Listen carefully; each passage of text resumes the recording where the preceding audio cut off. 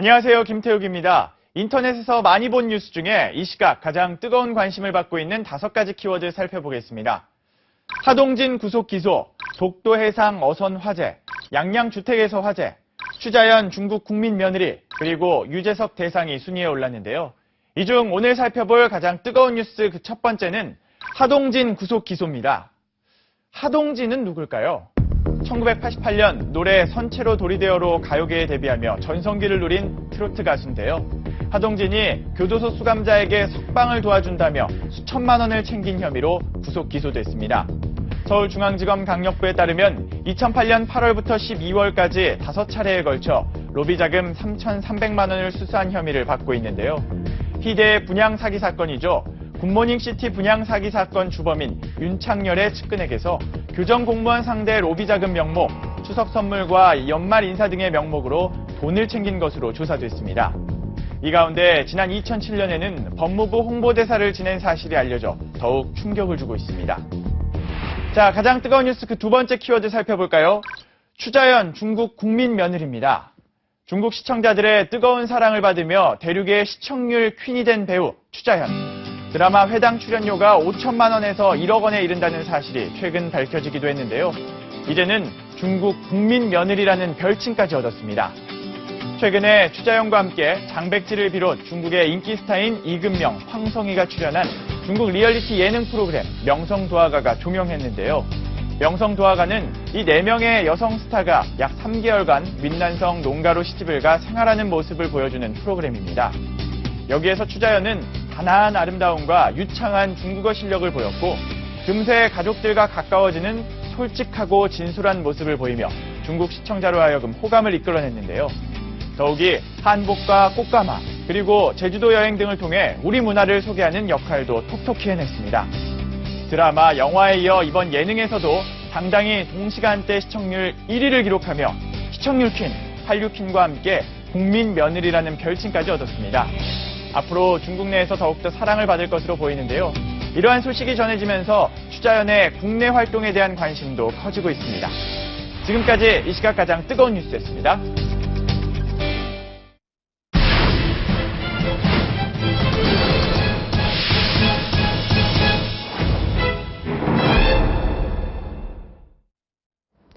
정부를 향한 최고의 복수는 모두의 금연이다. 새해부터 2,000원씩 인상될 담뱃값이 두려운 흡연자들 사이에서 이런 말까지 나돌고 있습니다. 담뱃값이 인상 전 미리 담배를 사두려는 흡연자와 종업원들 사이에 몸싸움까지 벌이는 모습은 씁쓸하기만 한데요.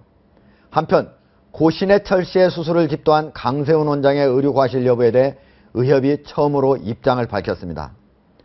천공은 발생할 수 있지만 이후 조치에 문제가 있다고 판단했는데요. 고 신해철 씨의 죽음을 둘러싼 끝나지 않은 진실공방, 그리고 당 해산을 염두에 두고 돈잔치를 벌인 통진당의 국고부조금 부정지출 정황까지 낱낱이 파헤쳐 보도록 하겠습니다. 이종혁 여의도연구원 부원장, 추진 대통령 리더십 연구소장, 박상용 변호사, 강미은 숙명여대 모셨습니다. 안녕하십니까? 네, 안녕하십니까? 자, 가장 첫 번째 화제가 되는 이슈 뭔지 셋 다 한번 뜯어보죠. 숨긴 담배 내놔. 예. 자, 담배 인상. 원래는 애연가들이 대부분 야 이제 담배 안 피겠다, 너무 많이 올렸다 이렇게 했는데 실제로 이제 코앞에 닥치니까 담배를 사고 싶은가 봐요. 네. 그러다 보니까 너무 그 담배 파는 편의점 종업원이나 아니면 담배 가게 주인들하고 이 애연가들하고 너무 최근에 격렬하게 다투다 보니까 폭행 사태까지 많이 벌어졌다고요. 네.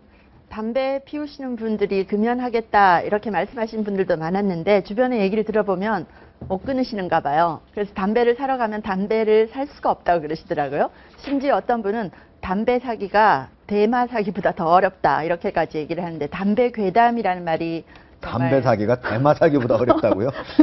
아니 그렇게 극단적으로 말씀하시는 분이 계셨는데 네.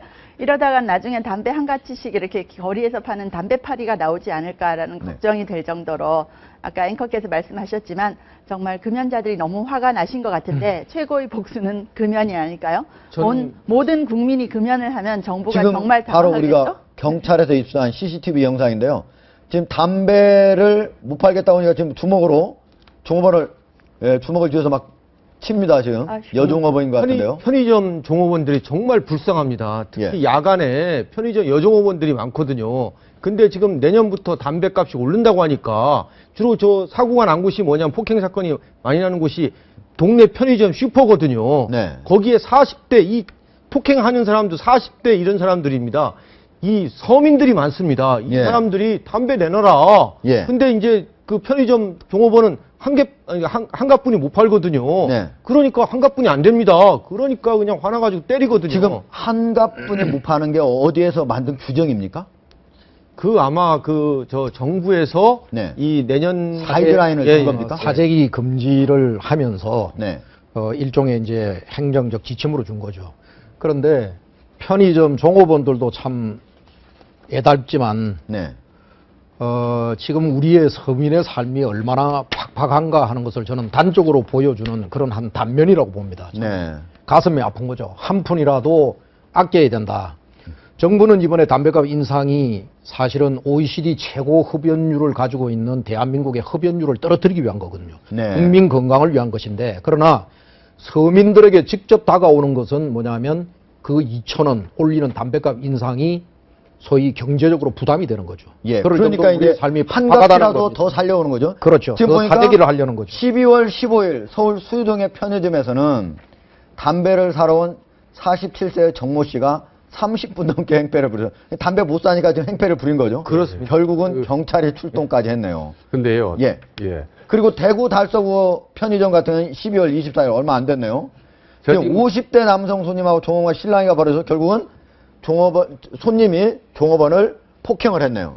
저게 지금 몇 개 살해, 한 5개 정도 살해하셨나요? 근데 7, 8개 인터넷에 가보면 아까 40대라고 변호사 말씀하셨는데 행패 부린 사람들이 50대, 60대 남녀노소 거의 불문합니다.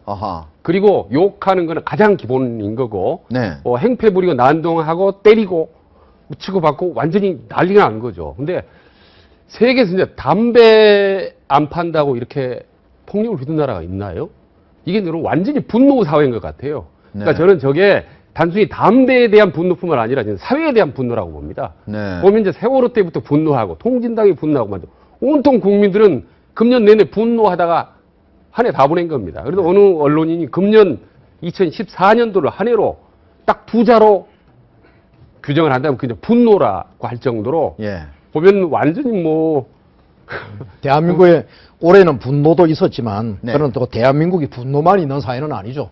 사랑도 넘치고 온정도 넘치는 사회가 우리 대한민국입니다. 그러나 지금 현재 2,000원의 담배 가격을 가지고 참 우리 서민들이 사재기를 하고 이거 한 푼이라도 내년에 담배는 피우셔야 되겠는데 지금 가격이 오른다 그러니까 이거조차도 가계 부담이 되고 호주머니가 지금 현재 빡빡하다는 얘기입니다. 그러니까 이거는 정말 가슴 아픈 얘기입니다. 정부가 애연가들 가운데는 2갑도 피는 사람도 있잖아요. 근데 하루에 한 갑분이 못 팔겠다. 이거 잘못 아닙니까? 아니 한 갑이 아니고 한 보로입니다. 한 보로. 10갑. 10갑이든 10갑입니까? 10갑까지는 팔아야 되는. 지금 근데 왜 편의점에서 한 갑, 2갑분이 못 팔겠다고 하는 겁니까? 그런데 이게 이제 두 가지 문제입니다. 뭐냐면 일반인들도 오르는 담배값 인상 대비해서 사재기가 있고요. 그리고 또 이걸 지금 철저하게 우리가 지금 규명을 해야 되는데 중간 유통점이 오묘하게 지금 현재 이것을 중간 유통병이 현재 판매를 하지 않고 내년에 인상된 그걸로 가격으로 팔게 되면 물어야 할 세금은 물지 않은 채 아주 높은 이익을 남길 수가 있죠. 그렇네요. 거의 2배 마진을 남길 수 있는 그래서 거죠.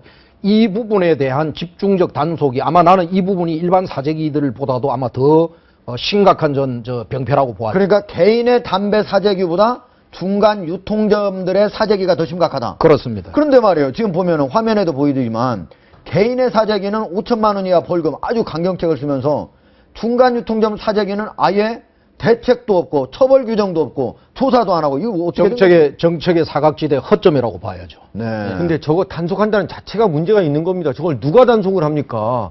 경찰이 단속합니까? 아니면은 KTNG에서 자체적으로 합니까? 기재부에서 합니까? 지방자치단체에서 합니까? 저건 단속할 수가 없는 거를 갖다가 단속을 할 주체조차도 제대로 마련돼 있지 않다. 이거 큰 문제네요. 기사가 났더라고요. 오늘 이제 집중 단속을 한대요. 근데 오늘 거의 하루도 안 남았는데 무슨 단속을 어떻게 하며 개인적인 사재기 단속도 못하는데 사재기 판매 행위를 어떻게 단속한다는 겁니까? 그래서 보면 이 사재기 행위를 막을 수 있는 좋은 방법이 담배곽에 무슨 그림을 그려넣거나 판매 날짜를 정확하게, 생산 날짜를 정확하게 쓰거나 점 하나만 찍어도 알 수 있는 건데 그러니까요. 그걸 안 하고 지금 뭐 단속을 한다라고 하는 것은 미리 준비를 하지 않고 탁상 행정했다는 결과밖에 안 되는 거죠. 그러니까요. 정책을 만들면서 이 정도 생각도 안 하고 만들었다는 게 저는 참 어이가 없습니다. 진짜 어이가 없네요. 그런 점에서는 이번 정부가 상당히 좀 뒷북. 12월 30일 오늘 국세청, 기재부, 관세청, 경찰청 모여서 이제 한 200명 단속반을 투입을 하겠다. 이건 전부 다 이거 사후 약방문이거든요. 그리고 또 지금 지적하셨다시피 담배값에 조그만한 뭔가 흔적만 남겨놨어도 결국 뭐냐면 이게 이제 내년에 팔리게 되면 세금을 아까도 물지 않은 채 고이익을 남길 수 있는. 네. 그래서 이런 부분에 관한 것들은 충분하게 사전에 조금만 그 정책적 배려와 준비를 했으면 막을 수 있는 사안인데 그렇지 못한 점은 전 참 아쉽습니다. 그러니까요. 다른 지금 얘기가 보면은 궁금한 게 본질적인 문제가 담배 피우는 사람들이 심리 이게 상당히 궁금합니다. 저는 이제 담배를 피지 않기 때문에 네. 아마 얼마만큼 담배가 절실하고 피고 싶길래 사재기를 하고 주먹을 휘둘러서까지 하는지 하는 알겠습니다. 부분들이 상당히 지금 보면은 궁금합니다. 9월 달 같은 경우에 처음에 정부가 담배를 값을 인상한다. 이 얘기가 처음 나왔을 때 무려 52.4% 전년도에 비해서 담배의 판매 그 숫자가 늘었습니다. 그런데 그 이후에 10월, 11월에는 오히려 13.2%, 그 다음에 11월에는 5.3% 오히려 줄었습니다. 그러니까 정부가 제공하는 담배를 오히려 중간상들이 숨기고 있다라고 볼 수도 있는 건데 이런 부분들은 제대로 단속도 안 하고 또 그리고 우리 강미은 교수님 얘기처럼 조금만 표시를 해두더라도 올해 생산한 담배는 무조건 2,500원에 팔 수 있다 이렇게 하면 사재기 없을 거 아닙니까? 그런데 이런 것들도 안 한 거 우리가 계속적으로 지적해온 갑질 정부가 직접 하고 있는 거 아닌가 이런 생각이 듭니다. 자, 다음 주제로 넘어가도록 하겠습니다. 자, 의사협회 의료과실 단정 어렵다. 먼저 오늘 오후 3시에 열린 의사협회 브리핑 먼저 듣고 토론 이어나가도록 하겠습니다. 이 용적을 줄이는 수술이 시행되었다고 판단하였습니다. 수술 중 의의성 손상에 의해 심낭천공이 발생한 것으로 판단하였으며 수술 중 또는 수술 후 소장천공과 이에 따른 복막염이 발생한 것으로 판단하였습니다. 심낭천공과 소장천공은 수술 행위 중 발생할 수 있는 합병증이므로 천공이 일어났다는 자체만으로 의료과실이라고 단정하기는 어렵다고 판단하였습니다. 복막염 진단을 위해 최소한의 진찰과 검사는 시행되었으나 입원을 유지하여 지속적인 조치를 취하지 않은 부분에 문제가 있다고 판단하였습니다. 다만 환자의 협조가 이루어지지 않은 것과 일정 부분 관계가 있다고 판단하였습니다.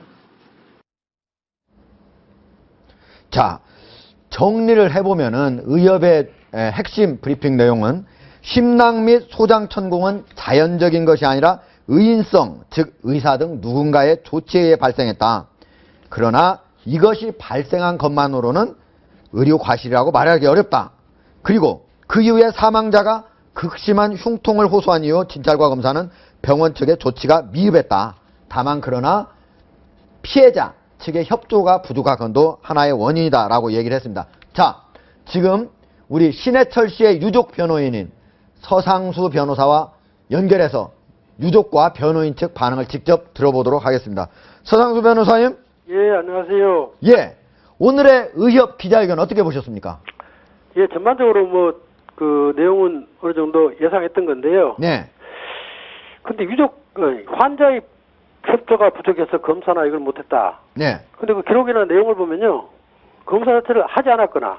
예. 또 하지 않으면서 환자가 거부하는 게 하나도 없어요. 예. 그것 때문에 검사를 못했거나 처치나 판단에 지장을 줬다. 이건 예.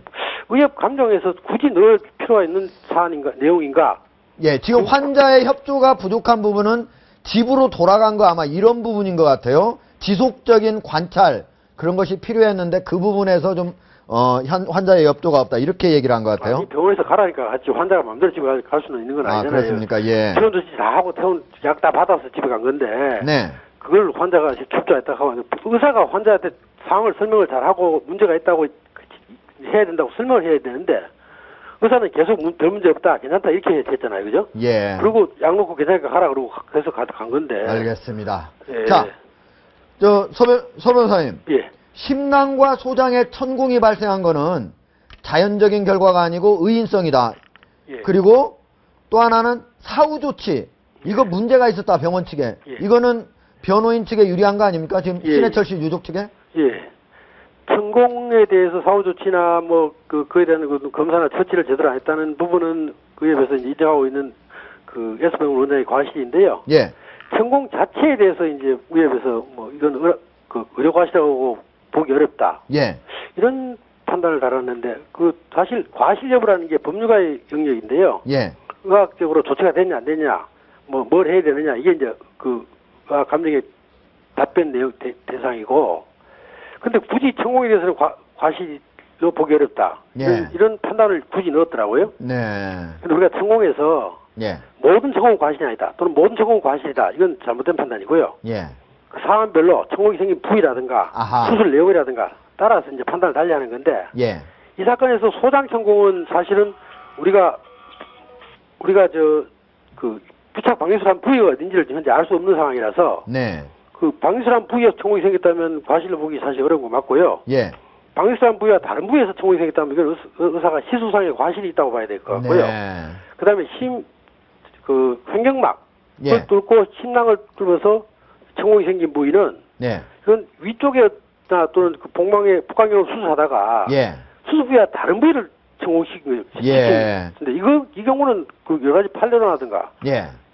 상식적으로 생각해도 이건 과실이지 예. 모든 천공이 과실이 아니다는 식으로 굳이 알겠습니다. 그러니까 잘못이 아닌가.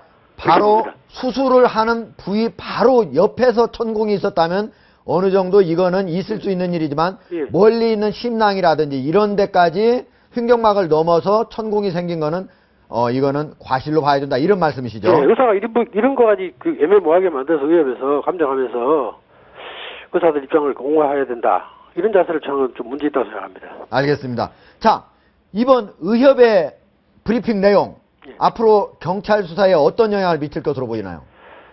의협 감정은 제가 이쪽 분야를 오래 전문한 사람으로서 볼 때요. 예. S병원 원장의 과실이 의료상의 처치상 미흡하고 문제가 있고, 예. 이걸 이제 법률적으로 판단하면 과실이 있다는 식으로 판단할 수 있는 답변이라고 생각합니다. 네. 아마 경찰이 그런 식으로 받아들이면 조만간 수사가 빨리 진행돼서 과실이 있다는 쪽으로 결론이 나지 않을까 이렇게 예상합니다. 예. 서영수 변호사님 감사합니다. 예, 수고하십시오. 예. 감사합니다. 자, 서 변호사님 얘기가 어쨌든 의사의 천공은 발생할 수는 있지만 그러나 그 이후에 심낭 천공과 소장 천공 이거를 빨리 발견하지 못하고 또 사후에 발견한 뒤에도 조치가 미흡했던 부분 이거는 문제가 있다 이렇게 해서 근데 문제가 있다 이 얘기하고 사실은 의료 과실하고는 차이가 많잖아요.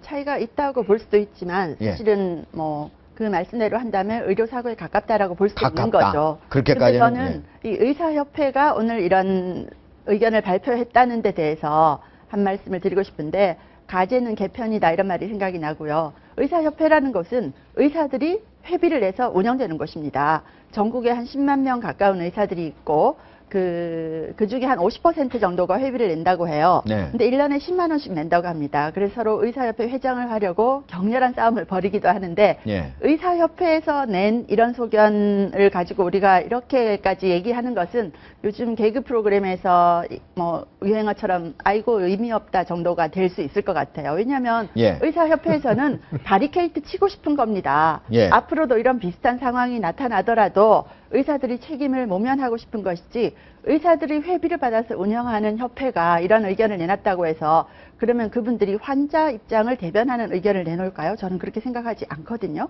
네. 그렇기 때문에 이 의사협회 의견에 너무 많은 비중을 두는 것은 좀 힘들고 이 의사협회 발표한 내용을 결론적으로 보면 죽은 사람만 불쌍하다 이런 것 같아요. 네. 그리고 환자는 절대 이길 수 없다. 이런 결론 내려준 거랑 비슷하다고 봅니다. 네. 그래서 경찰에서 그 의료분쟁 조정중재원에다가 네. 다시 감정을 요청했다는 겁니다. 예, 한국 예. 의료분쟁 중재원, 예. 조정중재원. 예. 그 결과를 보고 양쪽 감정 결과를 보면서 국가수 감정 결과하고 참조해가지고 과실 여부를 판단하겠다는 겁니다. 예. 법학 법학 전문가는 아니지만은 이번에 의사협회 또 이 감정조사의 결과를 보면 네.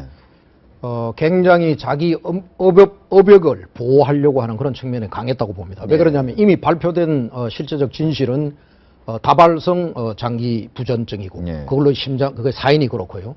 그게 바로 뭐냐면 구체적으로 들어가서 소장천공에 의한 복막염 그리고 또 심낭천공에 의해서 소위 말하는 심장기능 이상정지 이런 건 아니겠습니까? 그리고 또 그것을 발견하지 못했다. 사후 조치가 미흡했다. 이것은 명백하게 병원과 이 수술을 집도한 의사 측의 국민적 입장으로 저는 표현을 하면 이것은 명백한 과실이고 이 사인에 이르게 한 적절한 병원과 의사 조치를 못했다. 그리고 또 여기에 대한 과실의 책임을 분명하게 져야 하는 겁니다. 병원과 의사는 특히 의사는 히포크라테스 선서를 통해서 이 환자를 다룸에 있어서 이것은 다른 유의 업역과는 더 높은 도덕성과 책임성을 갖고 있어야 되는 겁니다. 생명을 맡기는 것이기 때문에요.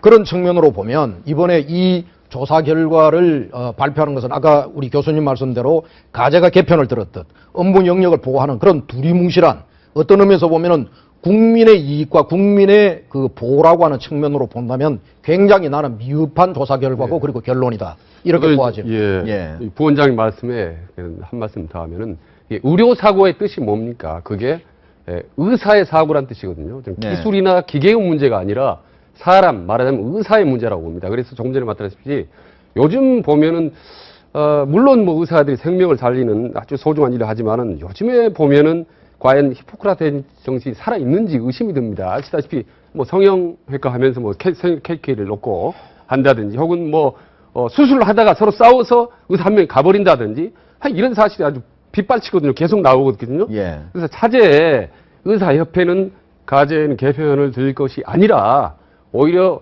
가제는 좀 무슨 편인지 모르겠지만 전혀 반대편을 들어서 차제 의사들의 어떤 좀 인성교육도 좀 강화하고 이런 히포크라테스 정신을 강화하는 직업윤리를 좀 강화하는 그런 계기로 좀 삼았으면 좋겠습니다.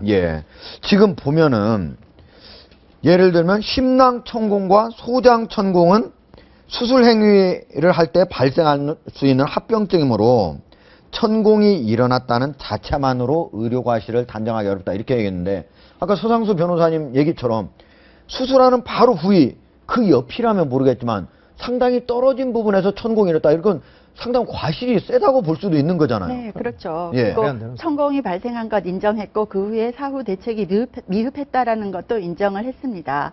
그리고 여기서 중요한 걸 제가 하나 짚으면 의사협회에서 발표한 것에 보면 이제 위 축소 수술을 했다는 것 아닙니까? 그런데 수술을 집도한 의사는 예전에 그 수술을 하지 않았다고 거짓말했었습니다. 처음에는 그랬었죠. 그래서 그것도 지금 말이 맞지 않는 것이고 뭐 어려운 말을 여러 가지 써서 굉장히 혼란스럽게 만들긴 했지만 결론적으로 본다면요. 이 정도도 의료사고가 아니라면 그러면 의사가 수술하다가 환자 찔러 죽이지 않는 이상은 의료사고로 될 수 있는 것이 아무것도 없을 것 같아요. 국민 감정의 상으로 한 말씀만 제가 더 드리겠습니다. 도둑이 담을 뛰어만 나가서 물건을 훔쳐 나왔다. 그런데 종래 자기 소유로 가지 않고 길거리에 내놨는데 다른 사람이 들고 가버렸다. 자, 이걸 이제 뭐 본인이 재산산에 이득을 취한 게 없으니까 절도가 아니다. 저는 오늘 의사협회의 이런 주장을 보면서 그런 것을 좀 느꼈습니다. 아까도 분명하게 신해철 씨 사인은 뭐냐면 천공에 의한 소위 말하는 장기의 손상에 의한 봉방형, 후발 감염증 이런 걸로 해서 사인이 그렇게 죽은 겁니다. 그렇게 죽었고 거기다 더욱이 해서 사후에 의사로서의 병원으로서의 사후 조치조차 미흡했다. 이렇게 얘기를 하면서 의료 과실은 아니다. 이것은 제가 앞에 말씀드린 비유가 적절한지는 모르겠습니다만은 절도를 했지만 종래 장물아비한테 가서 팔지는 않았고 중간에 물건 두고 갔으니 그게 뭐 절도죄의 성립이 되느냐 이런 주장과 이게 뭐가 다를 바가 있느냐. 저는 그런 느낌 때문에 오늘 이 주장은 국민의 소위 감정상으로 보면 그리고 또 의사나 병원이 앞으로 이 환자인 국민 이런 입장으로 보면 이런 기본적 인식과 자세부터 좀 바꿔야 될 것이다. 저는 이렇게 보아집니다. 결국은 한국 의료분쟁조정중재원에서는 어떤 결론 그런 것들을 내릴지는 모르겠지만은 의사협회가 적어도 사후 조치의 미흡을 인정했다고 하는 측면에서는 평가해 줄 수 있지만은 처음에 발생한 천공 이런 것들이 발생했다는 이유만으로 의료 과실을 말할 수는 없다라고 미리 단정한 것 이런 부분들은 국민의 눈높이 나가서 유족들의 어떤 바람과는 크게 차이가 있는 것 같습니다. 자, 다음 주제로 넘어가 보도록 하겠습니다. 자, 기억 안 나, 풀리지 않는 미스터리. 자, 오늘 바로 인천 남동경찰서에서는 오늘 오후에 가방 속 살인 피해자 정영근 씨에 대한 1차 수사 결과를 발표를 했습니다. 브리핑 내용 보시고 토론 이어가도록 하겠습니다. 피해자와 관계는 약 2년 전부터 함께 노동일을 하던 동료들과 피해자 야채가게 인근에서 포장마차를 하던 피해자 딸이 운영하는 포장마차로 술을 마시고 다니면서 자연스럽게 알게 되었고 엄마라 부를 정도로 가까운 사이였다고 진술하고 있습니다. 살해 동기에 대하여는 사건 당일 16시 50분경 이미 피해자는 술에 취해 있었고 피해자를 만나 자기 그 범행 현장인 피해자 집으로 2차로 술을 마시러 가기로 약속을 한 후 집으로 가게 됩니다. 그날 18시경 함께 술을 마시던 중 다툼이 있어 피해자를 살해했다고 진술하고 있으나 저희들이 생각할 때는 신빙성이 부족하여 프로파일러 등을 통하여 신청 수사 후 범행 동기 및 경위를 밝힐 예정입니다. 사체를 유기하게 된 경위는 사건 발생 다음 날인 22시 30분경 가방에 넣어둔 사체를 먼 장소까지 버리려고 했으나 가방이 무겁고 발각될까 두려워 범행 장소로부터 150m 떨어진 유기 현장에 버렸다고 진술하고 있습니다. 드셨어요? 괴로웠어. 뭐가 괴로우십니까? 그냥 죽을 뻔했습니다. 지금 신경 좀 얘기해 주시죠. 죽여주세요.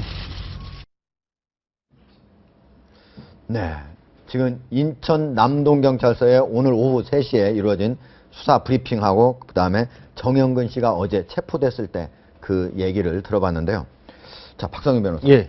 지금 정영근 씨 붙잡혀서 조사를 받고 있는데 살해 동기, 살해 경위에 대해서 제대로 얘기를 하지 않고 있죠. 묵비권을 행사하고 있어가지고 네. 지금 이제 프로파일러를 투입한다는 거거든요. 예. 그리고 정영근이가 잡혔을 때 살해 동기 물어보니까 기억이 안 난다고 했거든요. 그리고 처음에는 기억이 안 난다. 그렇죠. 기억이 안 나. 살해 동기가 기억이 안 난다. 지금 과장이 발표할 때 보니까 어떻게 했습니까? 다툼이 있었다. 18기 예. 중에. 같이 피해자의 집에 가서 그렇죠. 같이 술을 마셨는데 7, 예. 8시경에 예, 예. 그래서 다툼이 있어서 사기 그릇으로 앞니말을 딱 때려가지고 숨지게 했다. 그렇죠. 예. 예. 그럼 무슨 다툼이냐? 네. 이게 지금 미스테리거든요. 예, 이에 대해서 기억이 안 난다. 그러면 여기서 우리가 생각할 수 있는 게 예. 55세인 정영근이와 네. 71세인 할머니와 그 딸하고 또 그러니까 할머니 옆에서 장사를 하는 소주 포장마차집을 운영하는 또 정영근이와 나이가 비슷한 딸이 있습니다. 예. 그리고 이 할머니에게는 건물이 있다는 거예요. 네. 그러면은 이 할머니를 또 엄마 하면서 따랐다는 겁니다. 네. 그 사람이 정영근이가 왜 71세 먹은 할머니하고 다툼이 있었고 그 다툼의 원인은 무엇이었을까?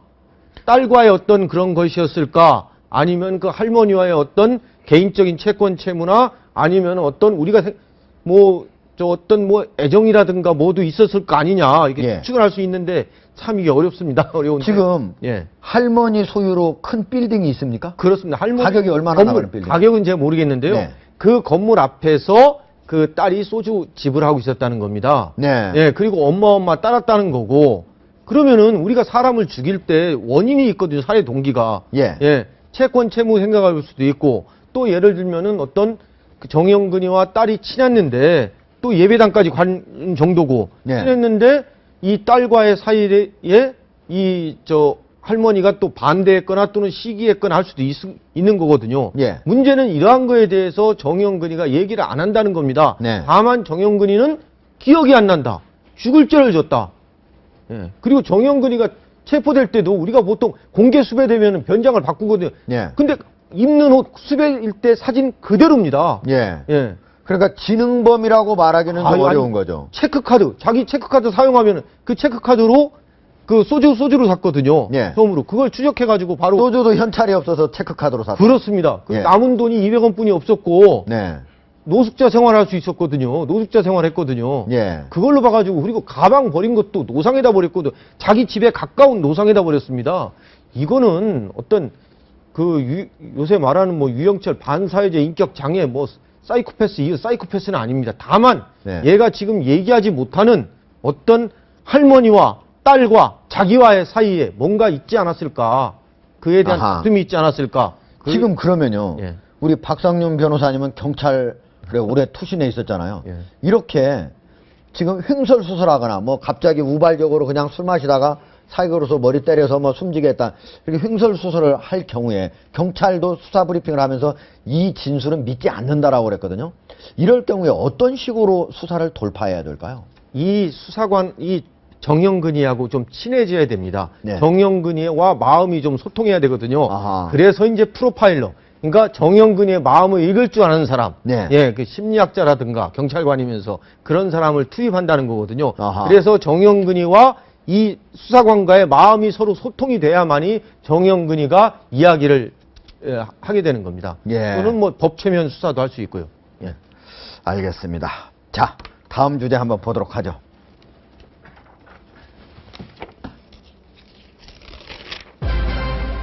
자, 탈탈 털어 238만 원.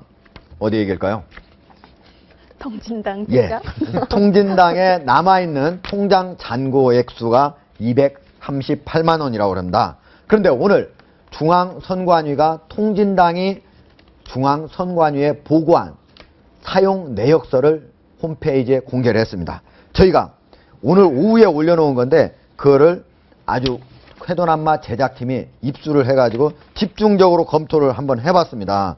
그랬더니 지금 여러 가지 문제점이 많이 있는데요. 거의 당의 통장 잔고는 238만 원뿐이 안 남은 가장 큰 이유가 무슨 특별 상여금을 주고, 예, 그리고 원래 월급도 27일, 28일에 줘야 되는데 미리 주고 그랬다고 그래요. 어떤 일이 좀 있었습니까? 네, 돈잔치를 한 겁니다. 한마디로 월급을 줘야 될 돈을 미리 주고, 그래서 최대한 돈을 많이 빨리 써서 최대한 돈을 남기지 않겠다라는 걸 보여준 건데, 이 수입 지출부 자료를 보면 정말 참 진보의 가치를 자꾸만 도덕성이라고 내세웠던 그런 기치가 무색할 정도로 빛의 속도로 돈을 빼서 썼구나, 이런 생각이 듭니다. 네. 근데 지금 이종혁 부원장님, 지금 월급을 27일에서 28일 날 주는데 19일 날 오전에 지급을 했단 말이에요. 헌재 선고 직전에 지급을 했어요. 혹시 통진당에 헌재 선고 내용 미리 새 나간 거 아닙니까? 뭐 그랬을 리는 없고요. 예. 그랬을 리는 없다. 예, 난파선이 이제 배가 난파를 하게 되면 예. 제일 먼저 이제 털어먹고 이제 거기 있던 이제 쥐들이 제일 먼저 알고 이제 좀 도망을 나가죠. 저는 있을 수 없는 일이라고 보아지고요. 특히 이제 지금 국회의원 지금 이제 여기 문제는 뭐냐면은 국회의원들이 통진당 해산 판결을 앞에 두고 월급을 미리 땡겨갔다든지 네. 무슨 뭐 옛날 무슨 공장에 무슨 가불도 아닌데 말이죠. 국회의원의 이 얘기는- 월급은 미리 원래 주는 날짜에 주겠죠. 뭐. 그렇겠죠. 네. 그런데 지금 현재의 남은 잔고가 이 배가 통진당이 난파될 거를 알고 모조리 싹 털어서 빈 껍데기만 남기고 다 털어가지고 다 쓴 거죠. 네. 다 써버리고. 근데 그건 예상해서 썼다. 미리 예. 새 나간 건 아니다. 새 나간 게 아니라 뭐 아마 본인들도 자기네들의 한 행위에 비춰서 통진당 해산에 대한 아마 예견을 했을 겁니다. 예. 그래서 사전 대비로 저는 그렇게 한 것 같고요. 예. 특히 문제가 되는 것은 지금 현재 RO의 이석기 같은 경우에 지금 감방에 구속이 되어 있는데 예. 지금 국회의원 세비가 꼬박꼬박 나가고 있거든요. 그렇죠. 우리 새누리당에서 국회의원 자격 상실을 하는 경우 또 혹은 기타 여러 가지 국회의원의 임무를 못하는 그런 상태에서는 세비를 주지 말자라고 하는 법안을 발의해 놓은 상태에 있습니다. 네. 그런데 그것이 지금 현재 어떻게 되어 있느냐면 이제 물론 법상에 구속이 되어 있지만 아직 최종적 사법적 판결이 나오지 않았으니까 예. 무죄 추정의 원칙에 의해서 예. 국회의원 자격이 상실된 것이라고는 볼 수 없다. 예, 유죄되고 있죠. 이런 정신에 의해서 지금 현재 세비들이 지금 나가고 있습니다. 그런데 저는 이 통진당에 나가는 이 돈은 정말 이 국민의 혈세가 단돈 1원 나가는 것조차가 뼈가 시릴 정도입니다. 그런데 이 부분을 그런 헌재의 판결을 예견하고 국고 받은 돈들을 하나도 남기지 않고 거의 빈 깡통으로 238만 원 정도를 남겨놓고 다 털었었다. 예. 그게 물론 뭐 자기네들끼리 돈 잔치를 한 것일 수도 하고, 그 다음에 다시 통진당 같은 또 두 번째의 소위 말하는 이 종북 정당에 대한 재건 자금으로 쓰일지, 이 국민 월세가 어떻게 쓰일지, 정말 이것은 샅샅이 이 계좌, 계정, 그 다음에 이 돈이 지출된 내용들 내역을 조사를 해서 네. 여기에 대한 철저한 규명을 해야 됩니다. 그리고 환수해야 될 것은 환수해야 된다고 봅니다. 예. 그게 아시다시피 이제 진보 정당, 진보 세력의 생명은 도덕성입니다. 네. 그래서 상대적으로 보수 진영에 비해서 좀 더 깨끗하다라는 것이 일반적인 인식이고, 그것 때문에 국민을 지지를 해주는데, 네. 보면은 오히려 훨씬 더 돈 문제가 복잡하다, 이게 지저분하고. 예. 지난 대선 2012년 대선 때도 이정희 후보가 국고보증을 받았습니까? 대선 후보로 나서서. 예. 근데 도중에 사퇴했기 때문에 네. 그 남은 기한 동안의 선거 비용을 환수해야 되냐 말아야 되냐라는 돌려줘야 문제가 되는, 있지 않습니까? 예. 근데 결국 환수 안 하고 그대로 다 썼거든요. 예. 근데 요번에도 똑같이 이 세비도 그렇고 이런 문제도 그렇고 이 돈 문제로 이렇게 복잡하게 얽히고 지저분하면은 예. 진보 정당에 설 자리가 없어지는 겁니다. 그 보루인 정치적 네, 도덕성 그렇네요. 때문에 오히려 이런 부분들을 세비라든지 속 시원하게 다 오히려 더 내놓고 예. 우리는 이런 부분에서 연연하지 않겠다라고 하고 이렇게 갔을 때 국민들이 그나마 박수를 쳐주고 네. 일리가 보태는 거지.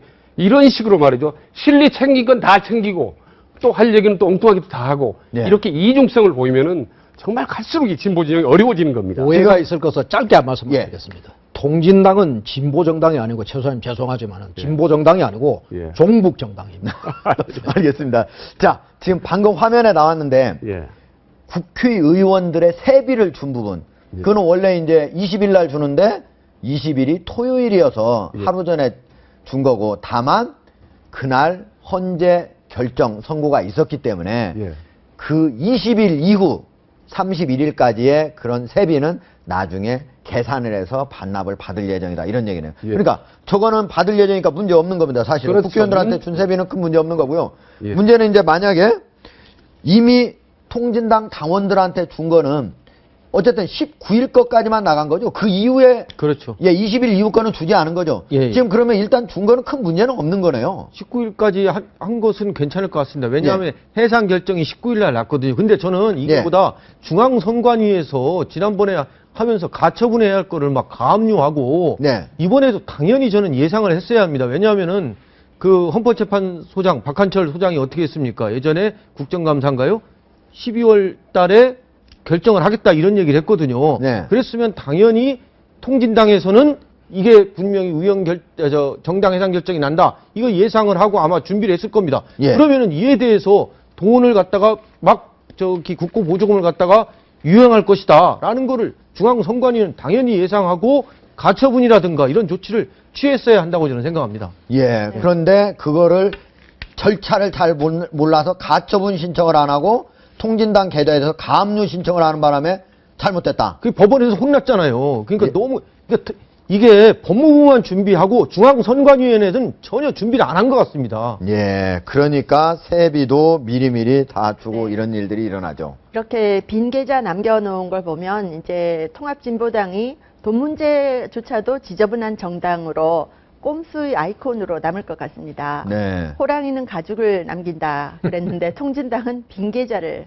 남겼습니다. 예. 네, 공익 광고에 이런 게 있어요. 내가 하는 부탁이 남이 보면 청탁일 수 있습니다. 네. 내가 하는 선물이 남이 보면 뇌물일 수가 있습니다. 예. 또 내가 베푸는 정과 의리가 남이 보면 부정과 비리일 수 있는데 통진당에 지급한 월급은 정과 의리일 수 있겠지만 그것은 네. 대한민국 법에서 볼 때는 이건 부정과 비리. 그렇네요. 강 교수님 아까 얘기하실 때 보니까 진보정책 연구위원들 10명한테가 4천만 원 무슨 특별 상여금 줬다고 그랬잖아요. 네. 근데 특별 상여금은 원래 무슨 뭐 일을 잘해야 주는 거잖아요. 혹시 이 어떤 일을 잘해가지고 준 겁니까? 네, 무슨 경사가 났다고 상여금을 줬는지 모르겠는데 네. 참 얘기를 안 했습니까? 우리가 볼 때는 너무나 기가 막힌 일인 거죠. 이렇게 네. 돈을 국민 세금을 1원이라도 펑펑 이렇게 쓴다는 것이 너무나 가슴이 아픈 일입니다. 네.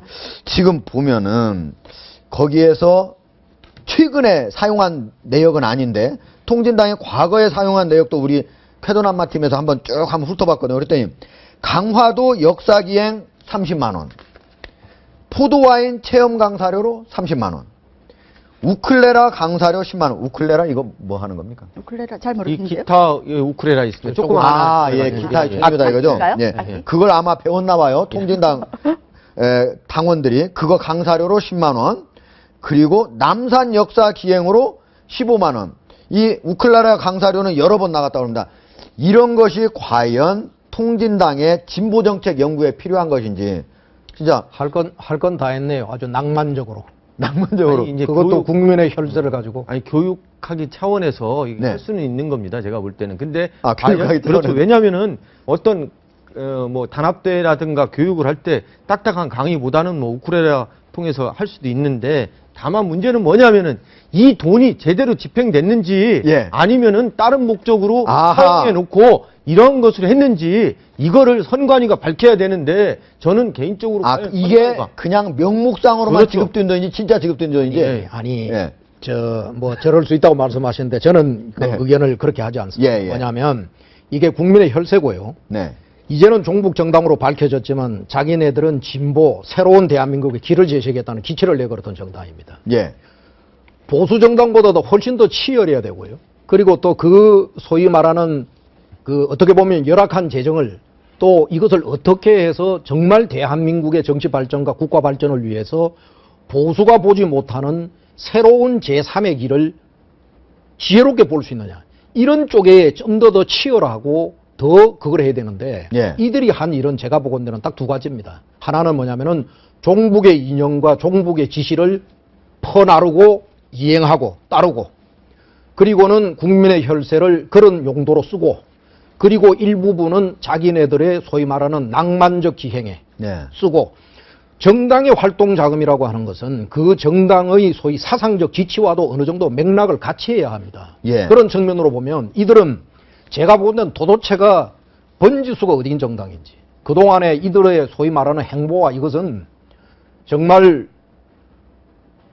가슴이 무너져 내리네요. 그러니까 제가 진짜 아니 어디에 예를 들면 남부군이 머물렀던 지리산에 한번 가봤다 하면은 제가 좀 예. 그래도 이해를 하겠습니다. 무슨 포도와인 체험 강사료 이거 우쿨렐라 강사료 여러 번 줬다. 이건 좀 너무하지 않습니까? 그렇죠. 그러니까 너무 이중적인 모습을 보여주니까 말로는 거의 뭐 종북이고 뭐 이게 북한과 똑같은 모습을 보여주고 행동은 가면서 또 다른 행동은 완전히 뭐 보수 이상의 행동을 가는 이중적으로 보여주기 때문에 예. 몇 푼 안 되지만 저런 것을 국민들은 분노하는 거죠. 예. 그리고 이제 아시겠지만 황선 씨 이제 남편이 네. 뭐 4.19 전야에 뭐 썩은 냄새가 난다. 요즘 걸 보니까 하는 거 보니까. 예. 근데 저는 정말 썩은 냄새가 나는 것 같아요. 예. 통진당 주변에서. 네. 그래서 저는 오히려 4.19 전야가 오히려 지금 한국 상황이 아니라 통진당 자체에 썩은 냄새가 난다. 썩은 냄새. 예. 그리고 오히려 갈아엎으려는 국민이 있다. 예. 그러니까 이 얘기를 했지 않습니까? 남편이 예. 있는 것 같아요. 통진당이 좌파 세력을 완전히 갈아엎으려는 국민들이 진짜 있는 것 같아요. 이거는. 예. 그래서 저는 4.19 전야가 아니라 예. 정말 있어서는 안 되지만 5.16 전야가 자꾸 생각난다 이게. 지금 갈아엎을 대상은 대한민국의 상황이 아니라 통진당의 종북주의다. 그렇습니다. 이런 말이죠. 예. 이렇게 자꾸 가면요. 예. 정말 국민들이 갈아엎기 위해서 분노해버릴 수 있습니다. 그래서 예. 저는 4.19 전야보다 국민들이 뭐 그렇게 비난하고 하는 욕을 하는 보수정당의 새누리당과 예. 새정치민주연합의 보수정당들이 이런 짓거리를 하지 않습니다. 이 두 정당은 이런 거 안 합니까? 무슨 역사기행, 포도와인 체험 강사 이런 안 합니까? 저는 제 기억에 예. 이런 우쿨레나 예. 뭐 혹은 뭐 포도 와인 체험은 예. 보수정당 역사에 이런 곳에 당비를 쓴다는 얘기를 저는 듣도 새정치의 민주연합이 없는 거죠? 정당 차원에서 저렇게 하는 행사는 드뭅니다. 왜냐하면 또 상당히 용 얻어먹거든요. 드뭅니다는 좀 있다는 얘기인데. 그러진 않습니다. 저는 본 적은 없습니다. 알겠습니다. 와인 체험하면 비난하는데 감히 다른 정당도 아니고 통진당이 네. 지금 이 시대에 저런 거를 하면서 또 다른 모습을 간다는 거는 정말 아주 미운 짓인 것 같아요. 저거. 알겠습니다. 자, 예. 박상현 변호사님. 지금 이렇게 잘못된, 명백하게 잘못 쓰인 돈들 환수할 방법이 있습니까? 없습니까? 저 선관위에서는 어려울 것 같습니다. 선관위에서 선관위 차원에서는 어렵다. 강제 조사권이 없거든요. 결국 예. 선관위에는 검찰에다가 수사 의뢰 수사 의뢰를 해야 된다. 예, 그래야 할 것 같습니다. 네. 결국은 선관위는 한번 어떤 것들이 좀 제대로 쓰이지 않은 것인지를 확인해서 검찰이나 경찰에 수사 의뢰를 하는 방법이군요. 검찰에다가 의혹 제기를 해가지고 이 부분에 대해서는 강제 수사는 검찰만이 할 수 있거든요. 예. 압수수색 물론 경찰도 할 수 있지만은 예. 아무래도 이 부분에 대한 수사는 검찰에서 하는 게 마땅하다고 생각합니다. 예. 적당하다고 생각합니다. 자, 이재명 부장, 아까 방금 전에 좀 언급하기도 했는데 지금 국회의원이 자신의 활동을 제대로 못한다. 그럴 때는 적어도 무죄투정의 원칙에 의해서 끝까지 계속 두는 게 아니라 잠시라도 국회가 보류를 그 돈을 했다가 나중에 무죄나면 주고 안 그러면 아예 안 주고 하면 되지 않습니까? 어떻습니까? 입법적인 후속 조치도 좀 필요하다고 봅니다. 우리 예. 새누리당이 개혁 법안으로서 국회의원의 직무를 제대로 수행하지 않거나 예. 자격이 정지되었거나 했을 경우에는 임금을 세배를 주지 않는 법안을 지금 내놓고 있습니다. 그런데 네. 지금 운영위원회에 지금 계류가 돼가지고 지금 한치 앞으로 못 나가고 있거든요. 그것은 두 가지 때문에 그렇습니다. 아까 말한 제가 하나의 대한민국 법치에서 지켜야 할 무죄 추정의 원칙이라고 하는 그 원칙 정신 때문에 하나 그런 게 있고요. 그 나머지는 뭐냐면 이것을 반대하는 정당의 반대도 지금 일부 작용하고 있다. 그렇기 때문에 예. 조속히 이런 부분에 관한 입법 조치가 필요합니다. 알겠습니다. 자, 저는 1분 뒤에 돌아오도록 하겠습니다. 쾌도남마 오늘은 여기까지입니다. 시청자 여러분 감사합니다. 자, 마지막 발언 기회는 우리 최준 소장님께 드리겠습니다. 예, 이틀 후면 2015년 양띠해가 시작됩니다. 제발 새해는 양같이 좀 부드럽고 복스러운 얘기가 됐으면 좋겠습니다. 예. 통진당, 종북 이런 얘기 더 이상 안 나왔으면 좋겠습니다. 역사 속으로 묻어버렸으면 좋겠습니다. 올해 안으로 완전히 청산해야 되는 거죠. 예, 그렇습니다. 자, 우리 강민 교수님 추가적으로 하실 말씀 있습니까 더? 네, 저는 의사협회에 대해서 한마디 하고 싶은데요. 의사협회가 회비를 내는 의사에 대해서 이렇게 부드러운 결정문을 발표를 했다는 것은 대한항공 조사를 국토부가 했던 그런 사례와 비슷한 것 같습니다. 그렇네요. 네. 알겠습니다. 결국은 의사협회는 가제는 개편이라고 하는 것을 다시 한번 재확인해 준 그런 브리핑이었다. 이렇게 네, 볼 수 있습니다. 의사들 명단도 공개해야 됩니다. 알겠습니다. 자,